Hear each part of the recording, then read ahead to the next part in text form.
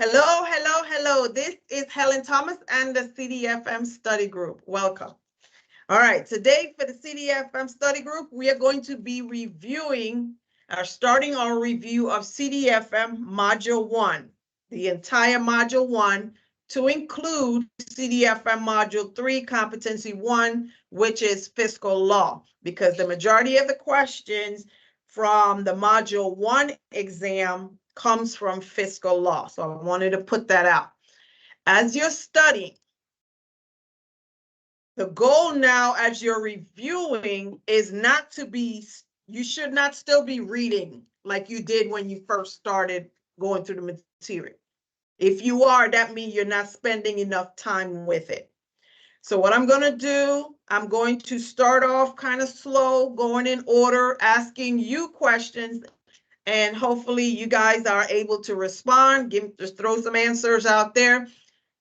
If it's wrong, then we'll talk about it. If it's not enough information, we'll talk about it. That's the purpose of this group, to go through the material, because you need to be able to do this. And then next week, when we go through the final review, I'm going to be all over the place with it, because on the exam, it is not broken down by competency. It's just a series of questions that can come from any direction. And so going back to the breakdown of the exam for Module 1, that'll tell you where the majority of the questions are coming from: fiscal law and the government RM environment. All right. Everybody can hear me well? This volume is up all the way. I don't know. Thank you.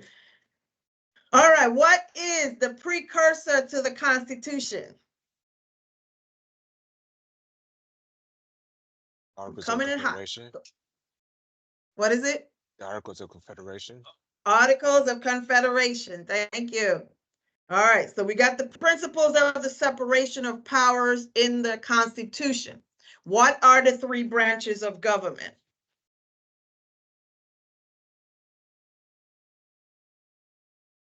They're simple questions now, come on. Legislative, executive, and judicial.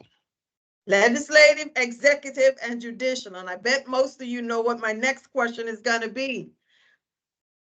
On the Constitution, which articles govern the legislative, executive, and the judicial branch, and what is the purpose of those branches?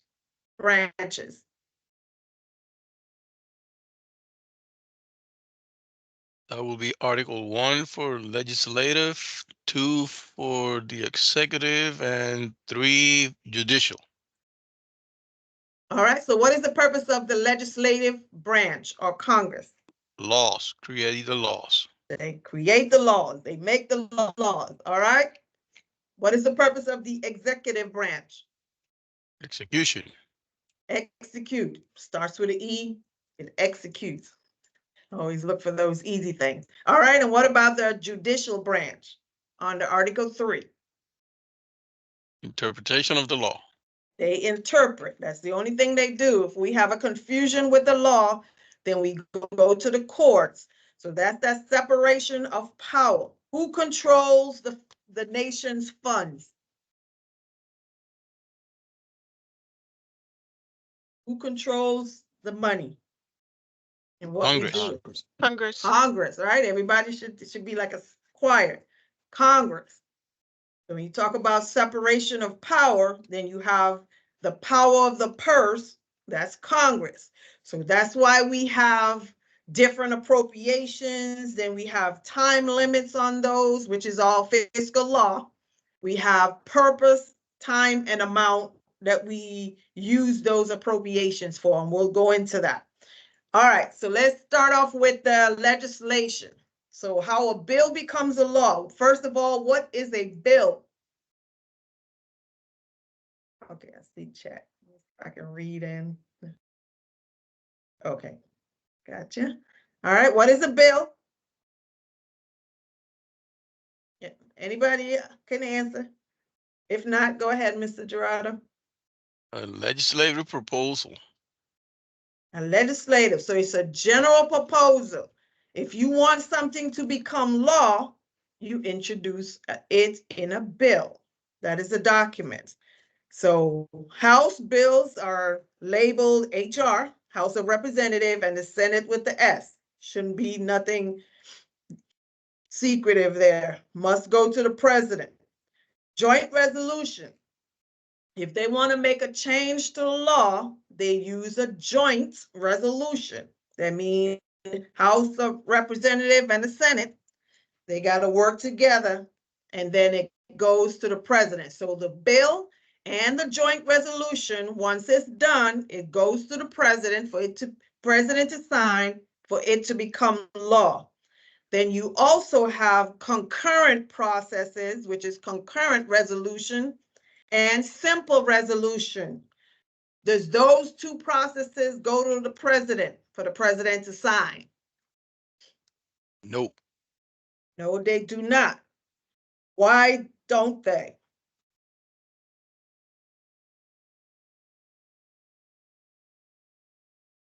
So why don't the concurrent and the simple resolution need to go to the president? Those are matters affecting the House and the Senate.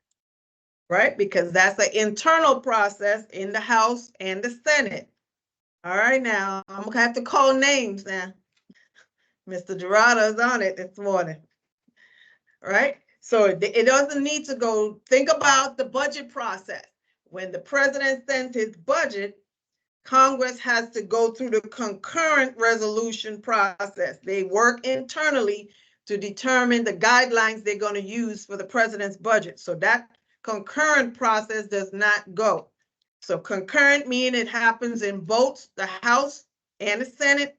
Simple means it's either or. All right. What are the three ways in which you can introduce legislation? So we know what a legislation proposal is, but how does it originate?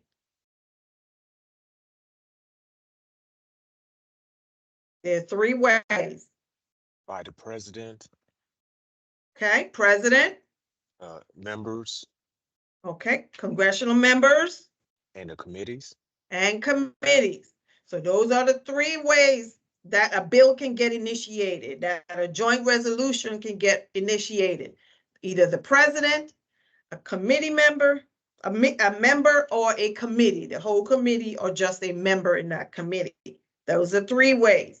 So when you got a list, make sure you know the three. So if they put a fourth one in there, you know, okay, yeah, that's not a way that you get it done. So if we want something changed, that means we got to go to our Congress person to push that up. All right, so the process of a bill becoming a law. So it's either introduced by the president, and when is it introduced or recommended by the president? When is the legislation introduced or recommended by the president? At the State of the Union. Yeah, at the State of the Union address. That is the point where the president is notifying Congress of his or her priority. So you're telling a story. All right. And so once that bill is introduced by the president, once the president comes on board, he or she will initiate through their processes. It's introduced by a member of Congress by placing it in the, what is it called when you first initiate the bill? Where are you placing it? Hopper. In the hopper. That is correct. And once you placed it in the hopper, just like you're writing an award, you place the award in the hopper because you think you did an awesome job with that award or that bill. It goes in the hopper for the next person to review. Then it's reviewed, depending on the topic of that bill, it's reviewed by the committee responsible for that particular item. And so you have consideration by that committee. And then, of course, the committee is going to find something wrong with it because that's just human nature. Nothing is perfect. And so the committee will take action. And so they're going to mark up that bill. And what do they do with the bill?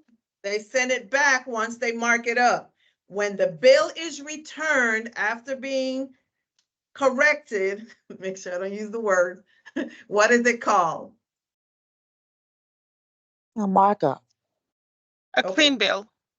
Right, so let me readdress. So after they mark it up, the committee reviews it, they mark it up, then they're gonna give it back to the person who initiated it so they can make the correction. Then once that correction is made and is turned back in, is it elite? Yes, Okay, and then what is it called once they return it? a clean bill. It's called a clean bill. So the clean bill goes to the House, the same clean bill goes to the Senate. Once it passes one or the other, what is it called?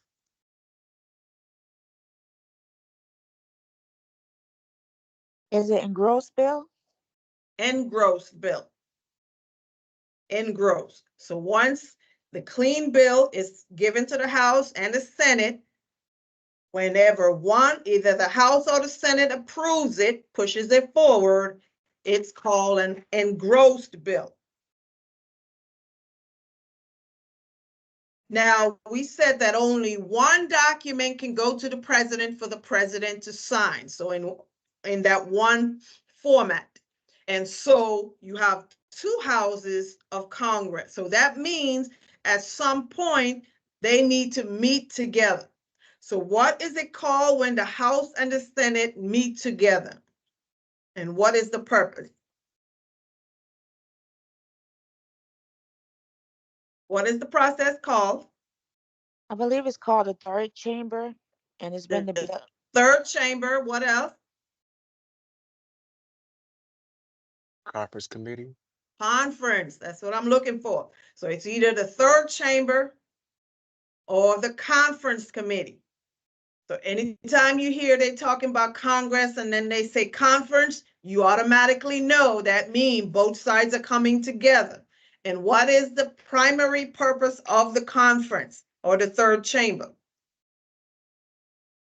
Is to resolve differences. To resolve differences, because only one document can go forward. So if they have two different formats of the document, neither one can go forward. So they have to come together to resolve their differences, work it out, negotiate, collaborate, whatever they have to do so that they can make a final decision and resolve that differences. So it does not matter if you see it on the exam, if they say the House brought 10 members and the Senate brought 1 member to the conference, it doesn't matter because they're voting as one body, one House and one Senate. So they have to resolve. So there's no majority rule when you're talking about the conference. And so after the third chamber, and they may come up with an agreement on what that bill is going to look like to go to the president, then what is the final step of what happens with that bill? It is enrolled. Then the bill is enrolled. I mean, that's the final cut. That's the final one that we want to send for the president to sign. So that is the process of that bill becoming a law. And then once it gets to the president has several options. The president can approve that bill, sign it, and it becomes law. He can also not sign the bill and it does not become law, but there's some stipulation. What is it called when the president refused to sign a bill and it does not favor? And he returns it to whoever sent it to him. What is that called? Veto. A veto, right? So a straight veto, the president does not favor a bill, any portion of the bill, or one portion or all of it, it doesn't matter. If the president returns the bill, that is called a veto. So then what is a pocket veto? What do we mean when we say pocket veto? When the president doesn't sign it at all and Congress is not in session, so what the president does is just let it sit there, doesn't sign it, then after a certain amount of days, I think it's 10 days, Mhm. it goes back to Congress unsigned. Okay, perfect. So pocket veto is exactly as he stated. The president does not sign the bill within 10 days and Congress is adjourned. They're not in session. If that happens, and it does not automatically become law because Congress is not in session. What is a line item veto?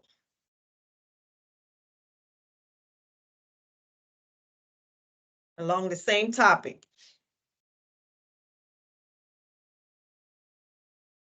The president can redline the bill. Okay, a president could.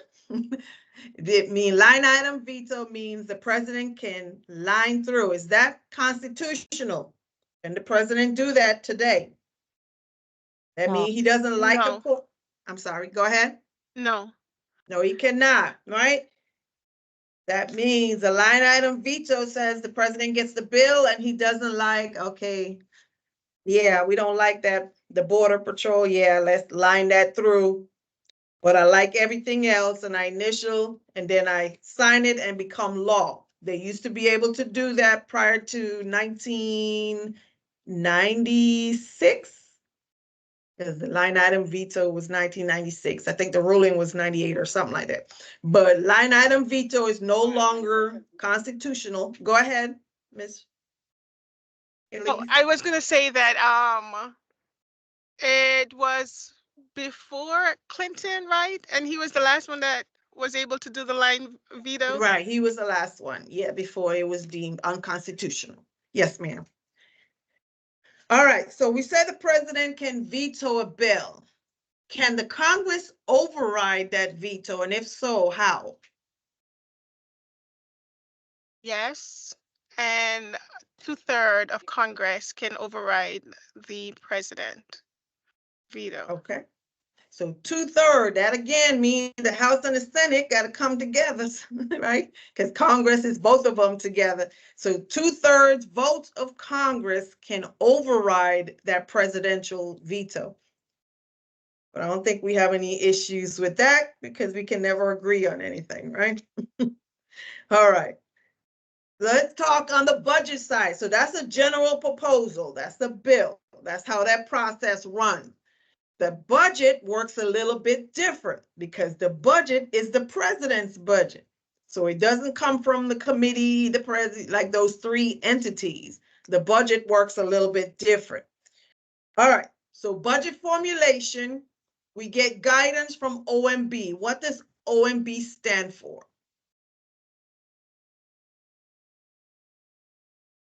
Office of Management and Budget. Office of Management and Budget. All right, and the OMB works for whom? Congress. The president. The president. OMB is the president.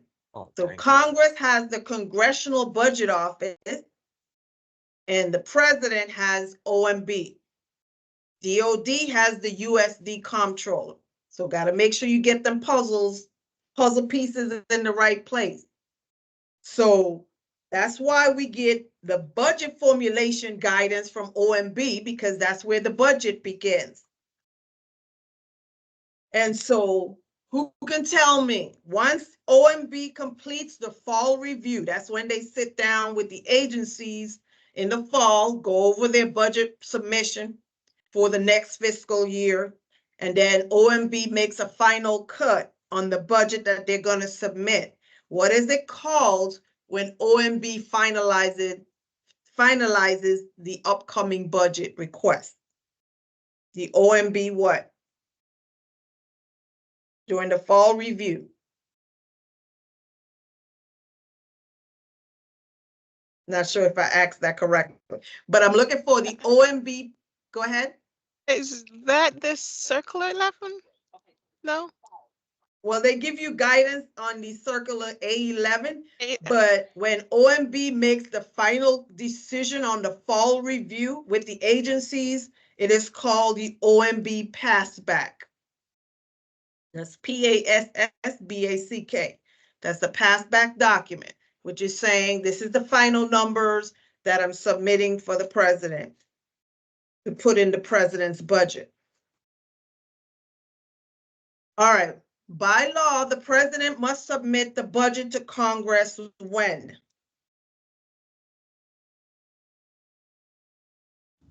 No later than the first Monday of February. Yes, ma'am. So no later than the first Monday in February, prior to that fiscal year that starts 1 October. All right. All right, so as I said, the budget process is a little different. So the budget goes from the president to Congress, then Congress does their thing, then it goes back to the president for the president to sign. So we say that no later than the first Monday in February, the president submits the budget request to Congress. Once the budget goes to Congress, because we know there's different houses and different senates, we have various congressional actions that take place. What are the 3 phases of the congressional action during the budget process?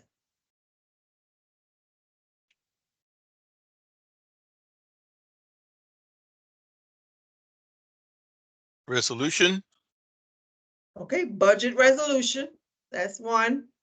You got 3 phases, so what's the second? authorization, appropriation. Authorization process and the appropriation process.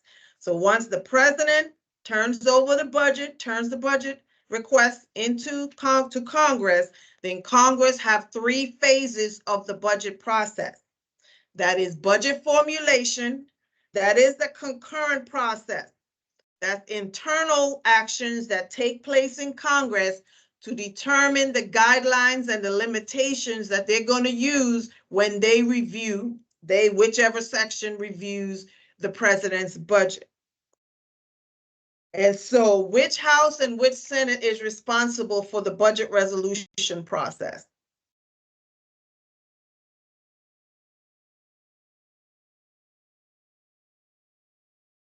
Y'all got to help me tell a story. Go ahead.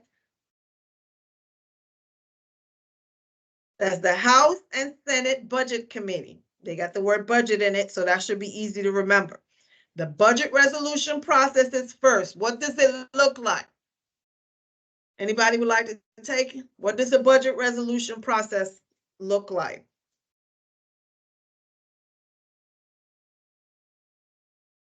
So that is when the CBO, Congressional Budget Office, they gather all the historical funding data for Congress to let them know what was the deficit, what funding we took in, what are the other guidelines, laws that were put into place. They give them all the numbers, the outlays for the country, the spending, and so forth.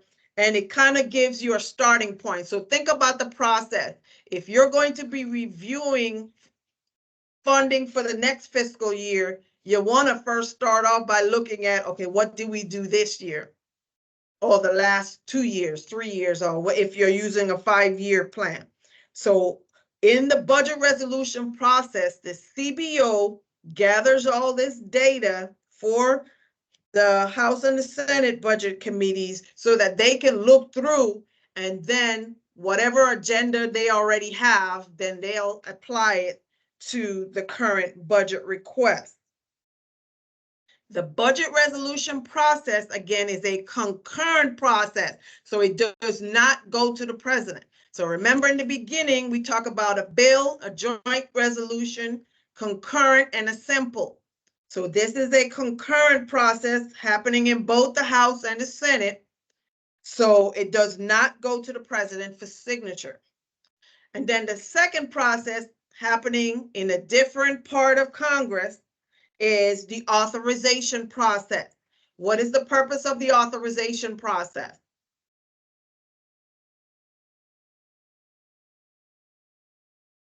Is that where we get our funding? No, No. Okay. So what is the purpose of it then? Why do we need the authorization process? I'm gonna take a stab at it. Authorizes the program. Okay, perfect. Outstanding. Authorizes the programs. So again, separation of power mean we can't give all that responsibility to the same group of people. And so there's another House and Senate responsible for the authorization process. Which House and which Senate is responsible for the authorization process?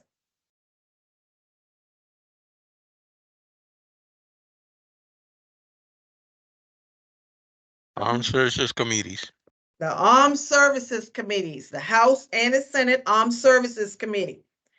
The authorization process, does it go to the president for it to be signed, for the president to sign or veto? Yes. Yes, it does. That is correct.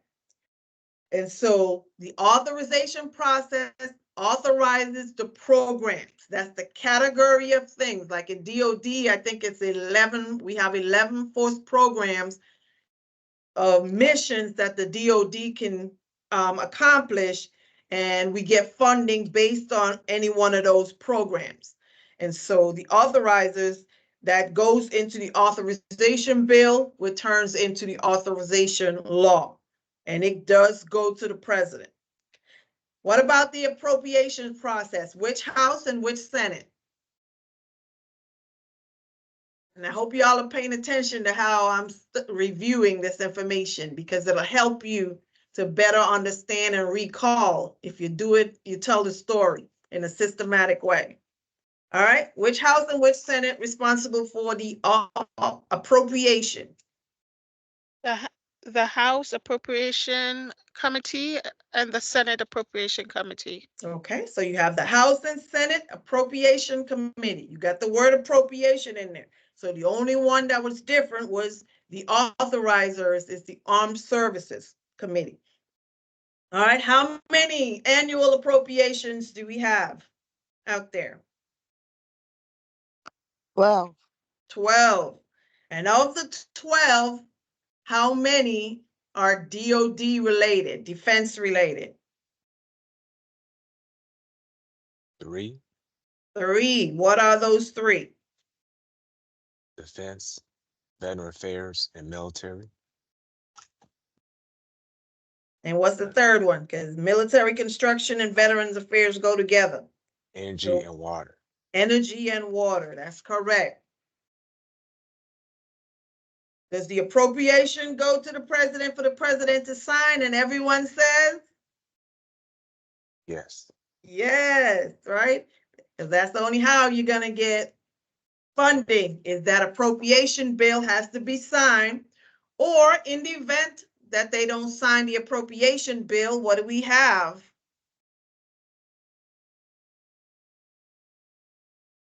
A CR. A CR, continuing resolutions. All right, so who can tell me what are some of the rules when you operate under continuing resolution? And actually, I got tested on this today. Yeah. What are the rules when you operate under CR? First of all, what's the CR?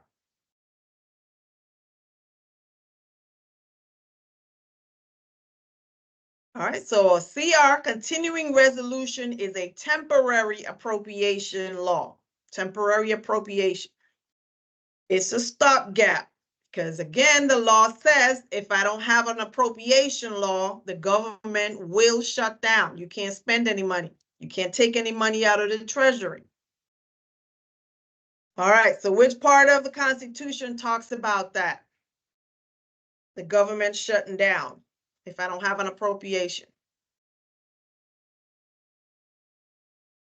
And you see how one topic can lead to another question, right?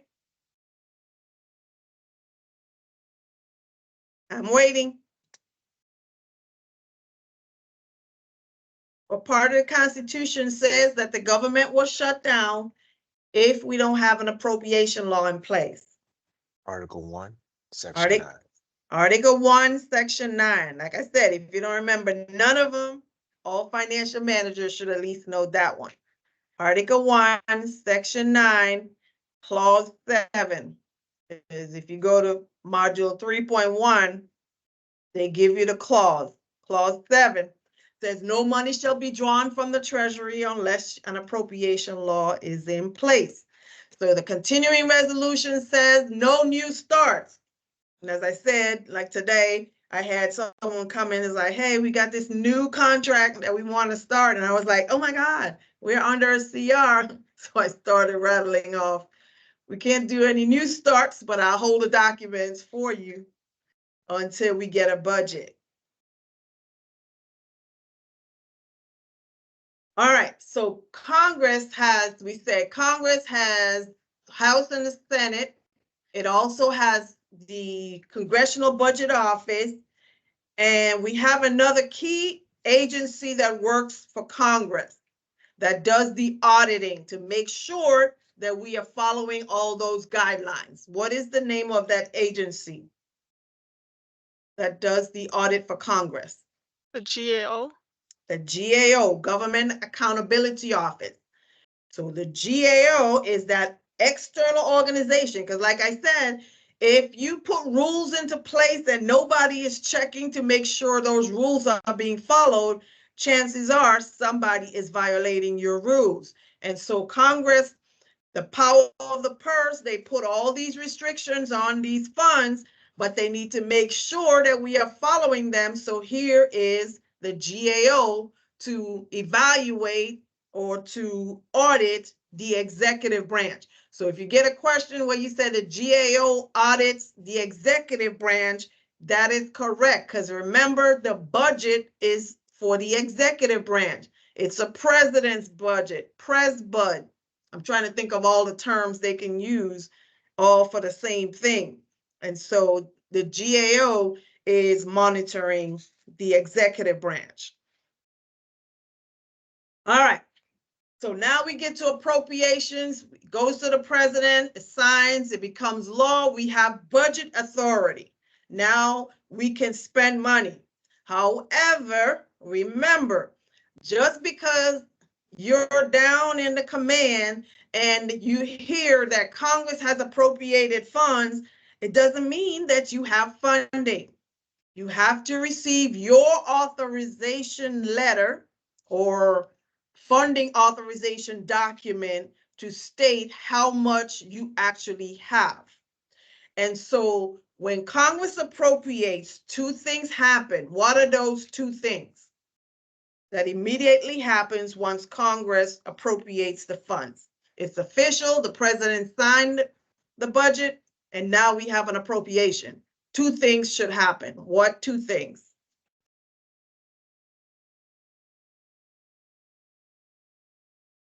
Is that where the warrant comes into place? The apportionment? Yes, ma'am. So you're saying two things. So you have one side, you have the Treasury issuing the Treasury warrant. So remember, the law says I can't take any money out of the Treasury. So once the law now is in place, the Treasury establishes the account and sends notice in a Treasury warrant or an appropriation warrant to let the agencies know that their account's been set up. So the two things that happen after Congress appropriates: one, the Treasury issues the Treasury warrant or appropriation warrant. That's the two names for it. The second thing that happens is OMB begins the apportionment process. But what does that process look like? Does OMB just automatically send funding down to the agencies? What does that process look like? OMB begins the apportionment process.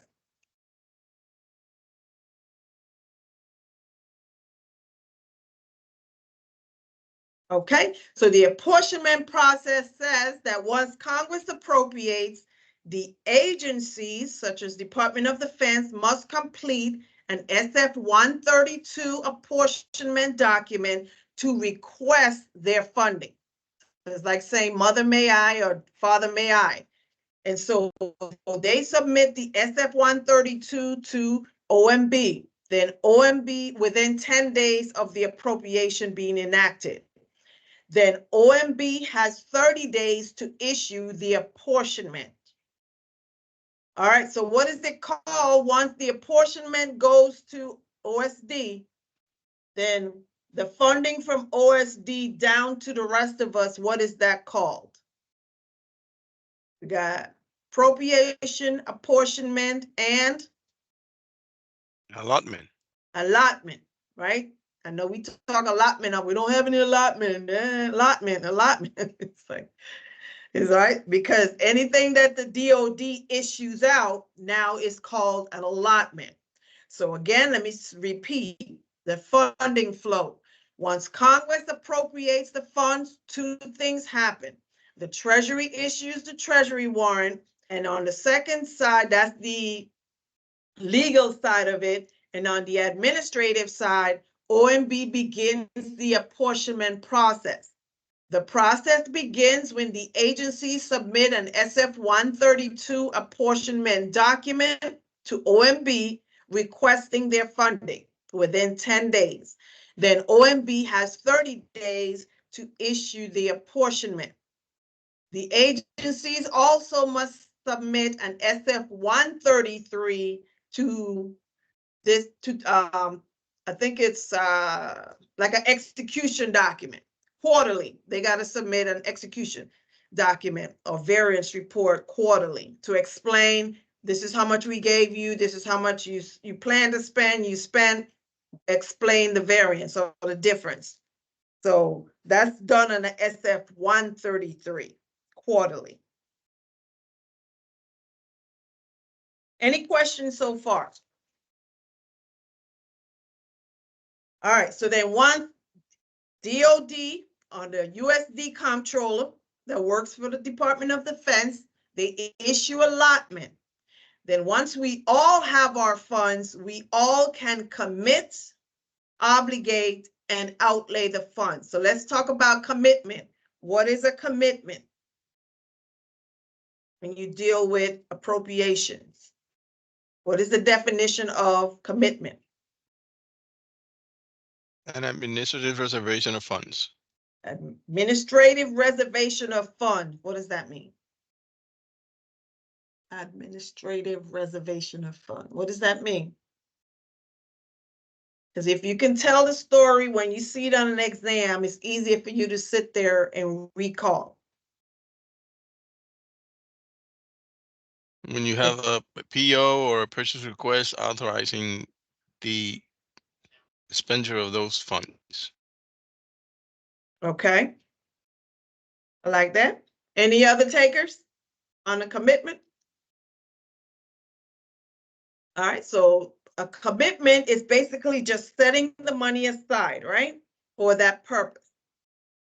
No difference than if you go to lunch, like I have $10 in my pocket, that's committed for lunch, but I haven't spent it yet.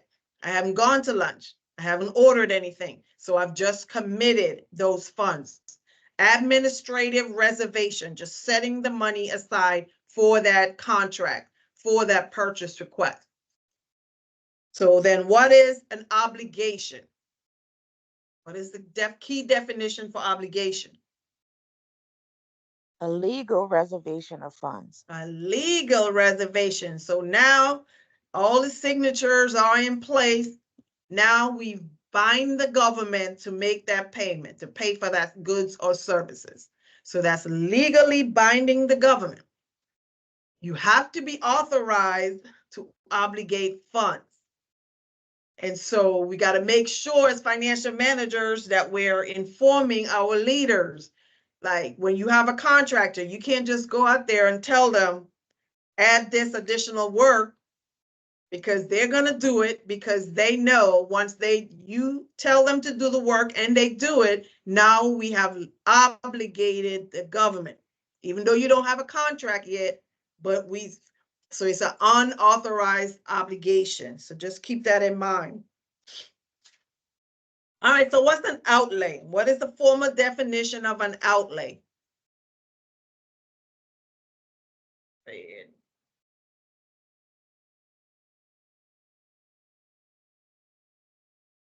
All right, now I know somebody. Funds, There you go. funds that have been moved from treasury, such as like a disbursement or collection, like move in and out of treasury. Right. So, and the key thing there with the outlay is the funds being removed to pay for an obligation. So as we stated what an obligation is, but because funds are removed for different things. So we got to make sure that when the funds are removed to pay for an obligation, that is an outlay. So I just wanted to clarify that because I just read something. That's why I say you could be tested on anything, because I don't know if you have your hard book study guide, like in the front of it, it has like another sub budget concept and budget process. So I kind of was reading over that the last couple of days and I saw that. So the Treasury can move funds around for different things. So make sure that you know the outlay is when the funds are used to pay for coming out the Treasury to pay for an obligation.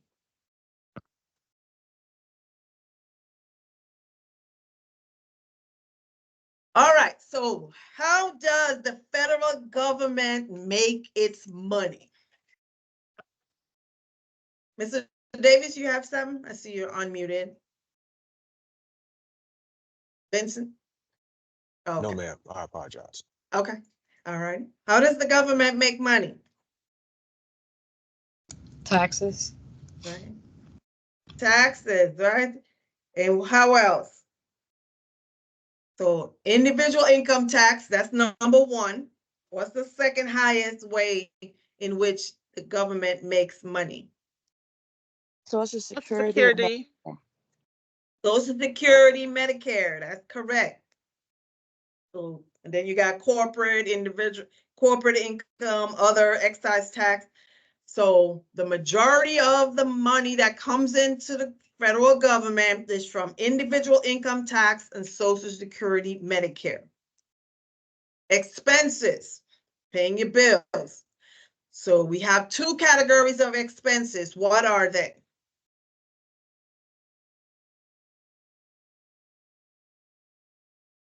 Direct Direct and and discretionary. discretionary. What is another word for direct? Mandatory. Mandatory. Mandatory. And those are, in our terms, must funds. So regardless of what else is going on, these are your must funds bill that you got to pay. So in the expense world, you got direct mandatory bills, and then you have discretionary bills. Of all the bills that the nations have, 66% of the bills are must fund. That sounds very high, right? And so you have 34% that is discretionary. Bills we don't really have to spend, but we do. But of that 34%, who gets the highest amount of expenses? Who has the highest expenses? Actually, more than half.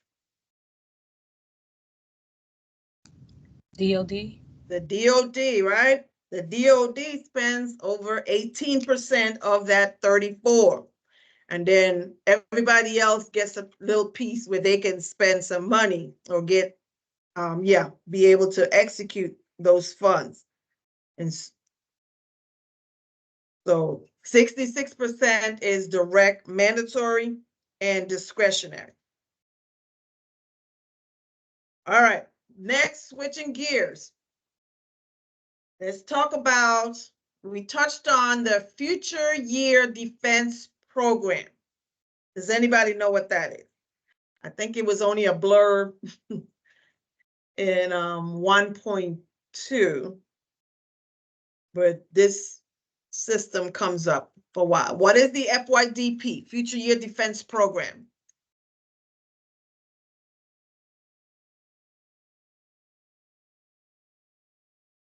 So the Future Year Defense Program is a DoD database that keeps track of all of those programs we talked about, the 11 programs, force programs. It talks about the mission, all the resources necessary, the manpower, the services that use them.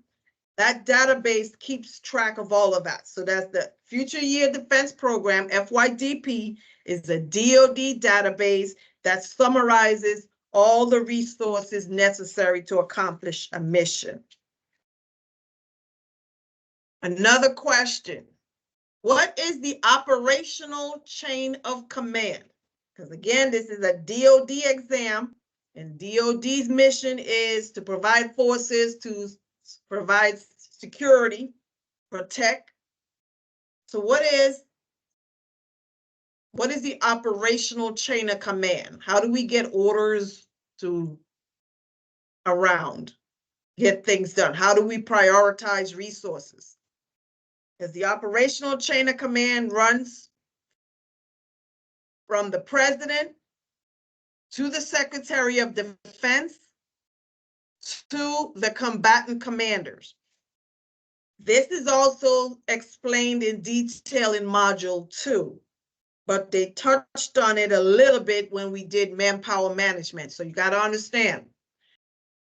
And because operational chain of command runs that way, all the resources are targeted towards those combatant commands. Your NORTHCOM, SOUTHCOM, AFRICOM, all of those organizations, they have a certain part of the globe that they are responsible for. So the operational chain of command runs from the president, the Secretary of Defense, to the combatant commanders. Civilian to combatant commanders. However, at the top level, we have some advisors, the military advisors to the president and the SecDef. What are those advisors called?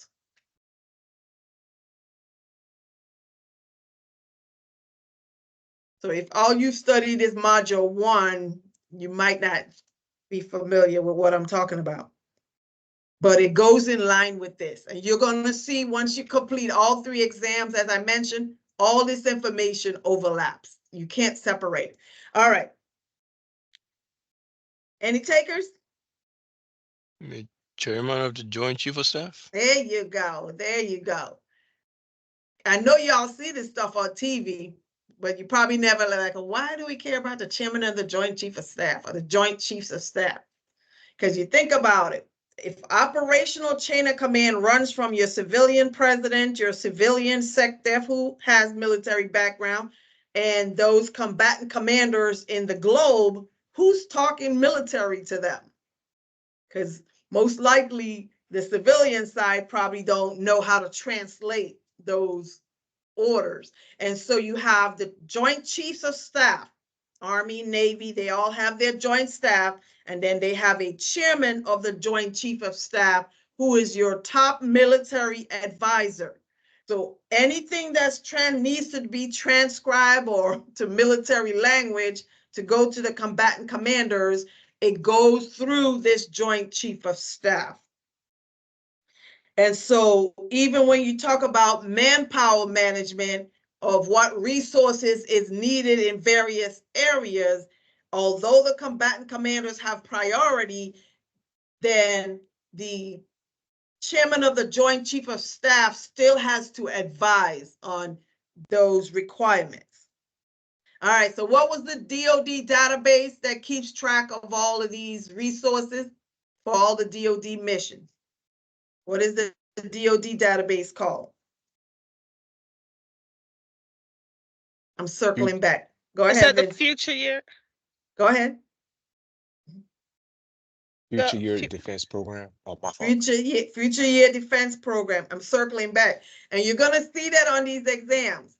Again, I don't see the exam, but I know how exams are written. It's just human nature. You're going to see the question asked one way in question number 2, 3, 4. Then question number 60, it's going to be the same question, but it just asks you in a different way. So make sure you read every word on the exam and find out what are they trying to ask you. All right. So under Title 10 U.S. Code, that's a law, the president has certain authority to activate forces. In most instances, Congress can declare war, Congress activate personnel. But there's some instances where the president under Title 10 can activate forces. What is that condition?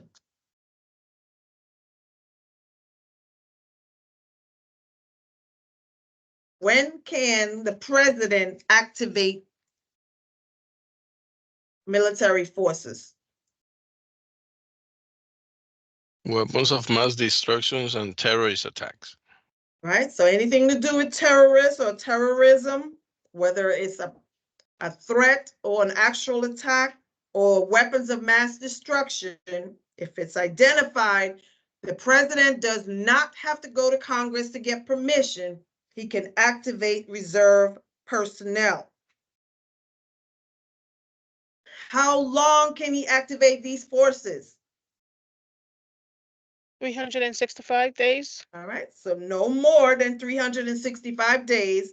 And what is the limitation on the number of people that he can activate in a year?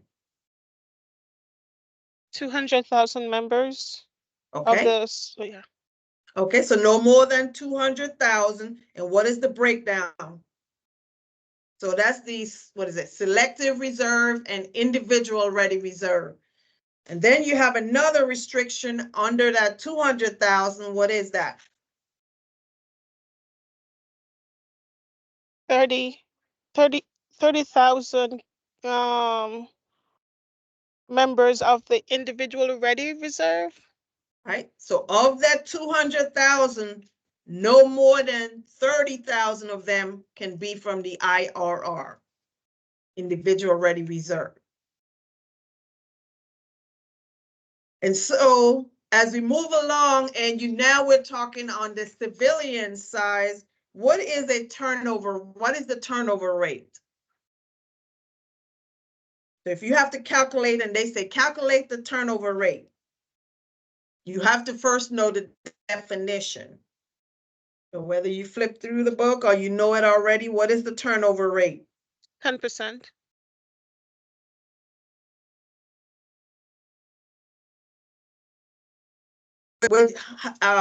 Okay. No, it's I not. wanted you to go ahead. Go ahead. Well, you get 10% because I didn't give you any numbers. It's okay. My bad. So tell me the definition because they can change the numbers. So that's why I don't want you locking in a number. You need to know the definition because they may give you several values and they will give you more than what you need to calculate the answer for the exam. So you need to know the definition. So what is the turnover rate? And think about it when you talk about civilian turnover. If they turning over, what mean they doing? Number of, No. They're number of, leaving. They're leaving, right? yeah. Okay. So how do you calculate turnover? And anytime you hear the word rate, that means it's a smaller number divided by a larger number. That's a rate. And that also means it's a percentage. So you need at least two numbers. So we know is the number of people who are leaving. And then what are you dividing it by? The number of positions. The number of positions. So you got at least got two values, right? So that's a main one that comes up.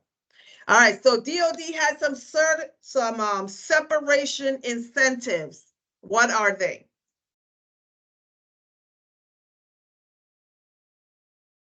VICIP and Vera. All right, so VSIP and VERA, voluntary separation incentive. That means we give you money to go. This is we talking civilian. I know a few years they used to pay the military to get out when they get too many people in. I don't know. I think that's some of them was VERA. I'm not familiar with the military side of it with these, but VSIP is voluntary separation and voluntary early retirement. All right, so the DoD has some restriction. How many buyouts can they have a year?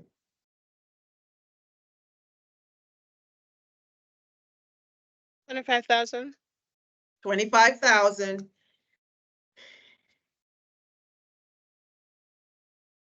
So an employee can receive for severance pay. If their severance pay is 60,000, how much can they get for the buyout?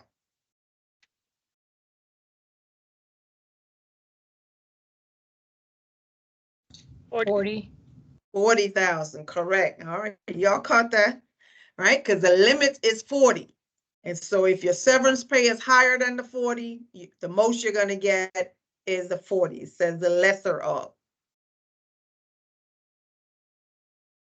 All right, so we talked about OMB Circular A11 that deals with the budget formulation, budget execution, all of that.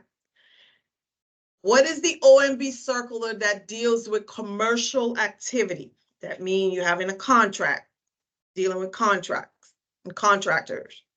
What is the OMB Circular that deals with commercial activity? A76. A76. And I'm bringing these up because you only deal with a few of them in these study guides, and they come up quite frequently. So you may see them again. So A11, A76 is commercial activity. That's talking about whether you keep something inherently governmental, the government doing the job completely, or you get a contractor to offset that particular function. What is it called? What is the proper title for when the government is responsible for a function? What type of organization is that? So you have the contractor or vendor, and then on the government side, there's a name they associate the government structure with. Is it MEO, most efficient organization? Yes, ma'am. That's who that, Miss Teresa. Yes, ma'am. The most efficient organization is the government structure to do that same mission. Because if you remember, the competition process is you have the MEO, that's the government doing it, and then you have contractors that bid based on the performance work statement. All right, so typically whenever you have an A76 study or cost competition getting ready to happen, Congress must be notified the first and the next to last step. When? Does Congress have to be notified every time we look at an A76 study? The answer to that is no. So when does Congress have to be notified?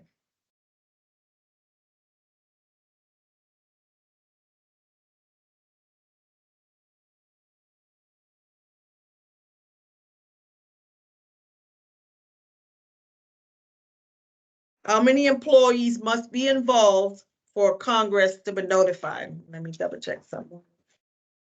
1.2. 65? Yeah, that's what I have on my notes, but let me look at them. I thought it was 46. Yeah, it used to Or be more. 65. So let me go to the source. A76, and then most effective organization. So that's, I don't know, right? That's 60. That looks, yeah, that sounds too much. Okay, in the newer book, yeah, so I need to update my notes. It is 46 positions. 46 or more DoD civilian, Congress must be notified. So let me make that change. 46 FTEs. Congressional notification. Will that be 46 or more or 46 or less? No, it says 46 or more. So Congress shall be notified of the intention to do a cost comparison involving 46 or more DoD civilian. Congress notification. Yeah, I think the older books had a higher, and I didn't change it. All right, so 46.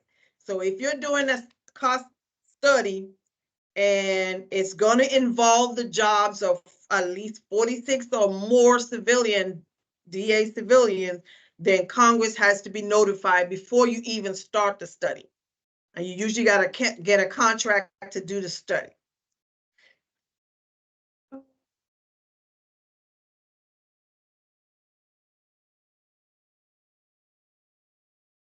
All right, gifts.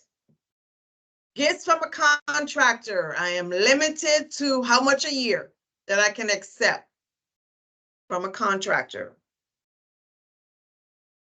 $50.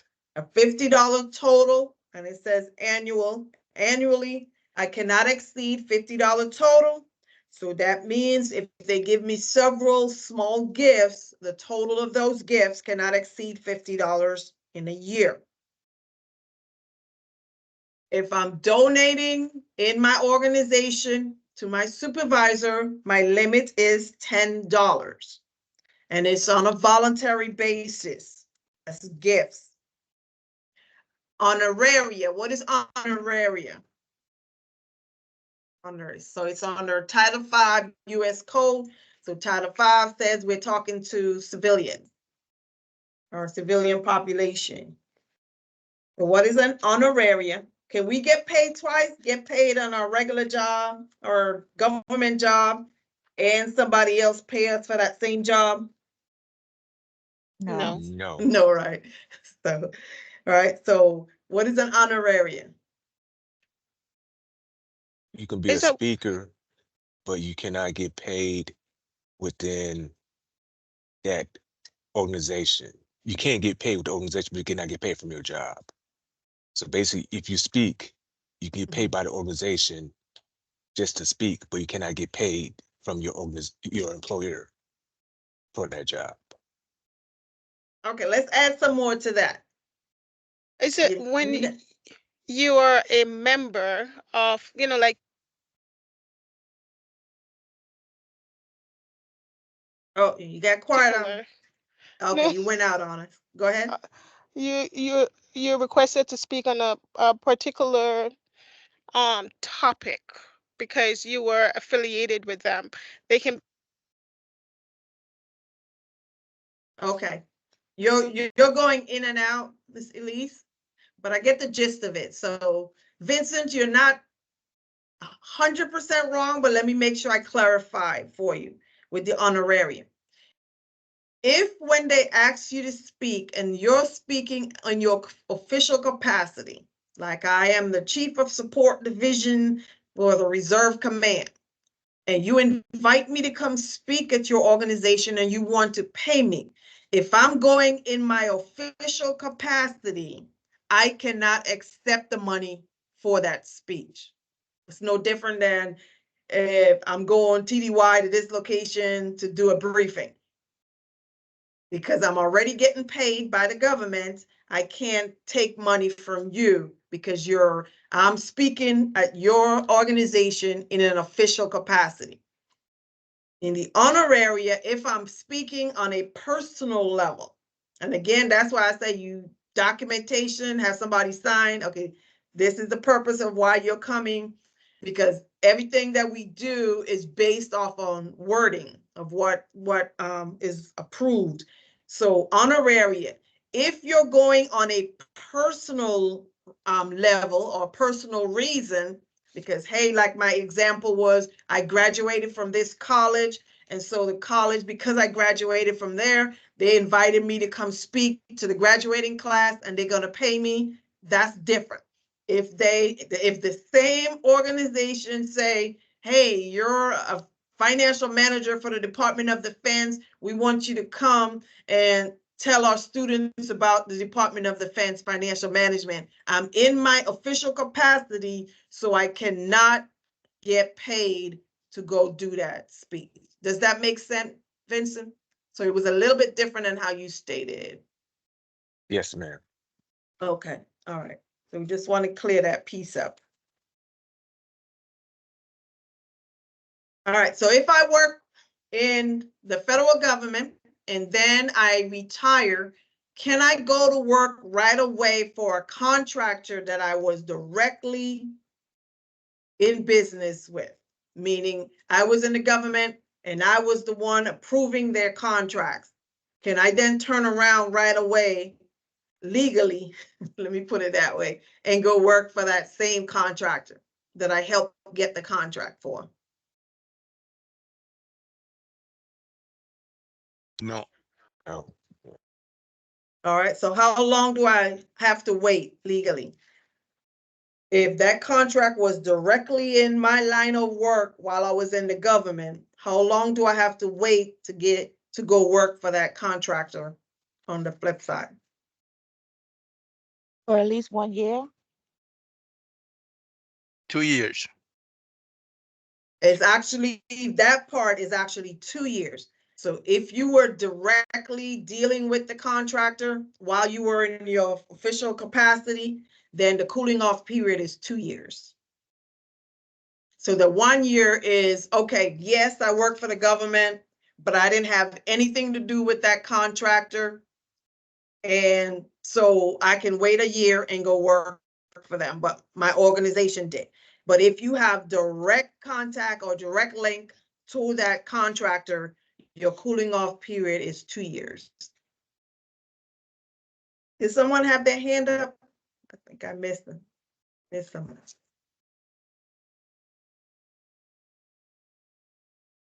All right, so I'm gonna go, let me see, we're at 12:40. All right, so I'm gonna go ahead and wrap up with internal control. And then that way we have more time next week with the fiscal law, and then I'm gonna backtrack with some of these questions. Definitely next week will be out of order. So I wanted to go this route so y'all can get a feel of how to review when you go over the information. Is not just looking at what's on the page, now recalling all your knowledge about that topic. All right, so internal control, enterprise risk management. No different than any risk management you do. Every decision that we make is associated with some form of risk. And so the Federal Managers Financial Integrity Act of 1982 requires that we have reviews and reports, and we have internal control measures in place. What is the GAO guidance on internal control? What is it called? Is it OMBA 123? Okay, okay, think of the question. That's why I say be careful, because when you're on the exam, you want to do the same thing. So I say, which GAO standard? What you gave me was an OMB standard, which is OMBA 123. So which GAO standard deals with internal control?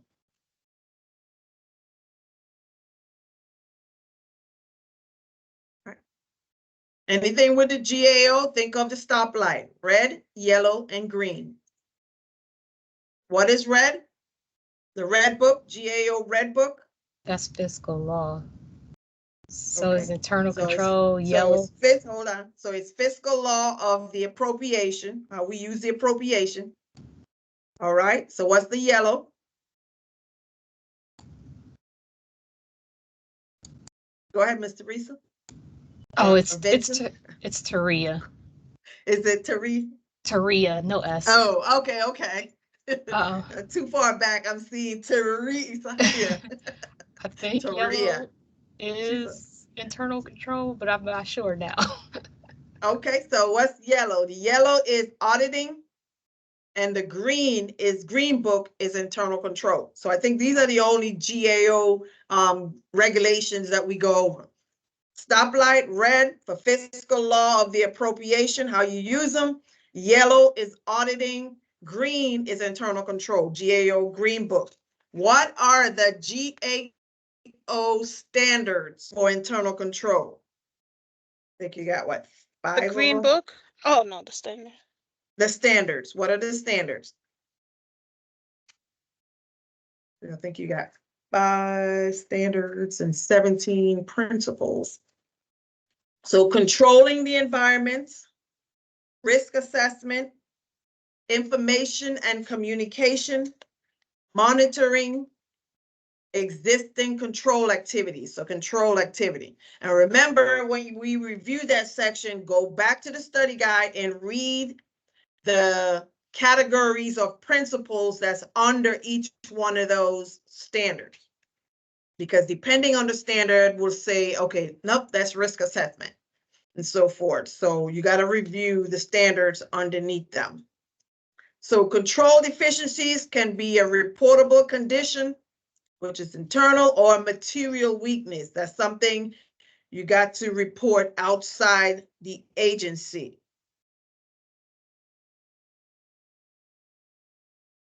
Statement of assurance. I'm sure all of us have heard that term before. There are 3 classifications. What are the 3 classifications for the statement of assurance? That means I'm reasonably sure that everything that every measure, every internal control process we have in place is already in action. So what are the 3 classifications of assurance? You have the unmodified statement of assurance. And what is that? Unmodified means what? No weaknesses report. All right, no material weaknesses to report. So that's the best one, unmodified. That I have to do everything that I'm doing is checking the block for internal control. Modified statement of assurance says I have an exception, either 1 or more weaknesses. It's material weakness. Then I have a statement of no assurance. That's the worst classification. No processes in place, or it's a pervasive. I don't really know what the issue is. Pervasive material weakness.